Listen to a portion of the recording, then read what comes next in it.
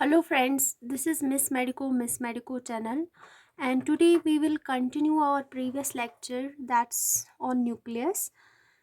In our previous discussion we had studied about what is nucleus, how it is discovered, and what are its various shapes.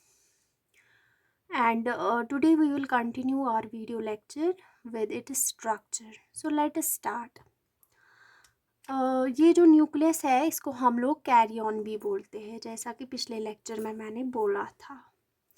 अगर हम इस nucleus की बात करेंगे तो nucleus एक बॉल लाइक स्फेरिकल स्ट्रक्चर है। ये किसी भी शेप का हो सकता है। It can be disc shaped, it can be lobed, but हम लोग आज एक स्फेरिकल न्यूक्लियस की बात करेंगे कि स्फेरिकल न्यूक्लियस किसका बना होता है। पहले एक स्फीयर जो है इसकी एक बाउंड्री होगी, एक वॉल होगा जिसको हम लोग न्यूक्लियर मेम्ब्रेन बोलते हैं। तो स्ट्रक्चर में सबसे पहले हम लोग डिस्कस करेंगे न्यूक्लियर मेम्ब्रेन। न्यूक्लियर मेम्ब्रेन को हम लोग कैरियोथीका भी बोलते हैं। थीका लाइनिंग को बोलते हैं और कैरियन न्यूक्लियस होता है। तो न्यूक्लियस की जो लाइनिंग जिसको हम पढ़ने जा रहे हैं इसको हम लोग कैरियोथीका भी बोलते हैं। तो हमारे पास जो ये न्यूक्लियर मेम्ब्रेन है ये डबल लेयर्ड है। इसमें हमारा आउटर मेम्ब्रेन होता है, ये आउटर मेम्ब्रेन है, ये वाला पूरा जो है न्यूक्लियर मेम्ब्रेन है। ये कंटिन्यूअस मेम्ब्रेन नहीं होता है बल्कि इसमें पोर्स होते हैं, इसलिए यहाँ पे ये कंटिन्यूअस नहीं है, सेगमेंटेड होता है ये। इसमें बहुत सारे पोर्स, अगर आप एक बॉल में बहुत सारे पोर्स करेंगे तो एक कवरिंग जो है वो न्यूक्लियर मेम्ब्रेन कहलाएगी। मैंने कहा ये जो न्यूक्लियर मेम्ब्रेन है ये डबल लेयर्ड होता है।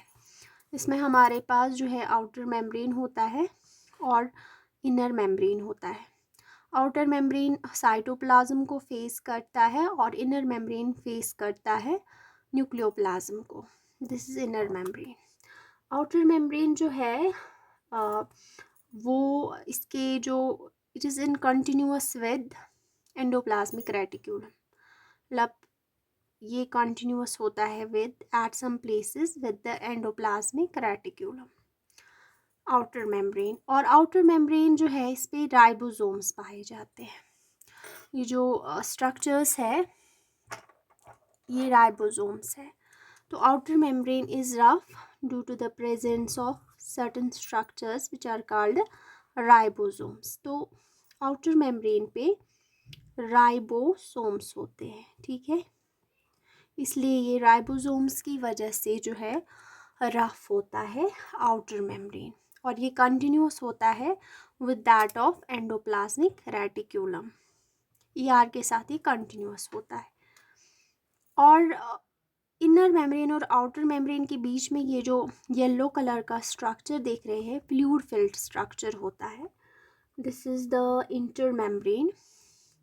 इसको हम लोग, एक तो न्यूक्लियर मेम्ब्रेन में आउटर मेम्ब्रेन होता है, इनर मेम्ब्रेन होता है, और जो ये बीच में स्ट्रक्चर होता है इसको हम लोग इंटर मेम्ब्रेन बोलते हैं, और ये फ्लूइड फिल्ड होता है।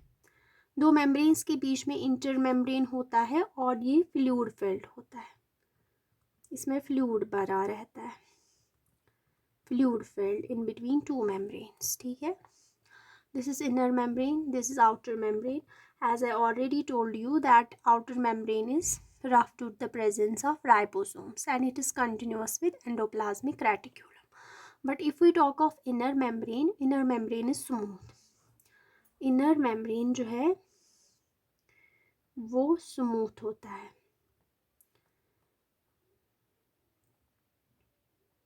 Inner membrane is smooth, और इनर मेम्ब्रेन जो है ना it's free of ribosomes, that's why it is smooth. इसमें राइबोसोम्स नहीं होते इसलिए स्मूथ होता है।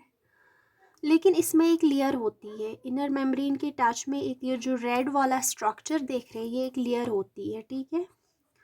ये जो स्ट्रक्चर होता है इनर मेम्ब्रेन के टच में एक स्ट्रक्चर पाया जाता है जिसको हम लोग,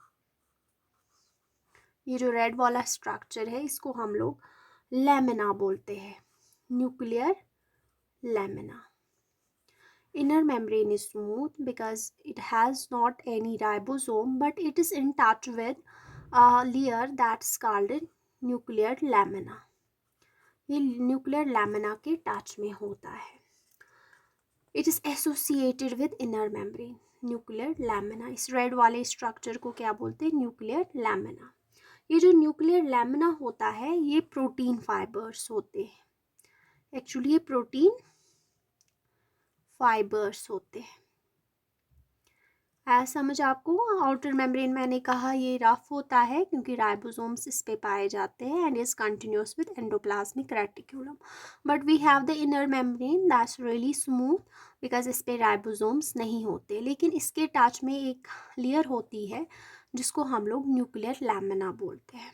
और न्यूक्लियर लैमिना बनी होती है प्रोटीन फाइबर्स की। ये सपोर्ट करता है इनर मेम्ब्रेन को।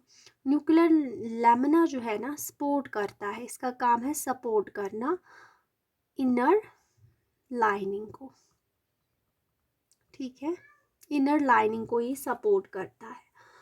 और ये जो क्रोमैटिन है, जो ये ग्रीन वाले स्ट्रक्चर्स है ना, ये एंटैंगल्ड स्ट्रक्चर्स जो कि लेटर ऑन क्रोमोसोम्स बनाते हैं, ये जो है इनको हम लोग क्रोमैटिन्स बोलते हैं। ये एंटैंगल्ड स्ट्रक्चर्स, इनको हम लोग क्रोमैटिन बोलते हैं।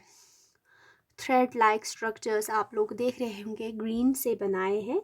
तो ये जो क्रोमैटिन है ये कनेक्ट करता है न्यूक्लियर लैमिना, इनर मेम्ब्रेन और क्रोमैटिन को आपस में जोड़ता है। न्यूक्लियर लैमिना का काम है क्रोमैटिन फाइबर्स को न्यूक्लियर इनर लाइनिंग के साथ इन कांटेक्ट में रखता है ये न्यूक्लियर लैमिना। ठीक है, अगर हम लोग बात करेंगे इस न्यूक्लियर मेम्ब्रेन की तो ये सेमी परमेबल है और इसके साथ साथ ये कॉन्टिन्यूस नहीं है और इसमें पर्टिकुलर स्ट्रक्चर्स पाए जाते हैं, सेगमेंटेड है। ये स्ट्रक्चर जो इसमें पाए जाते हैं इनको हम लोग न्यूक्लियर पोर्स बोलते हैं।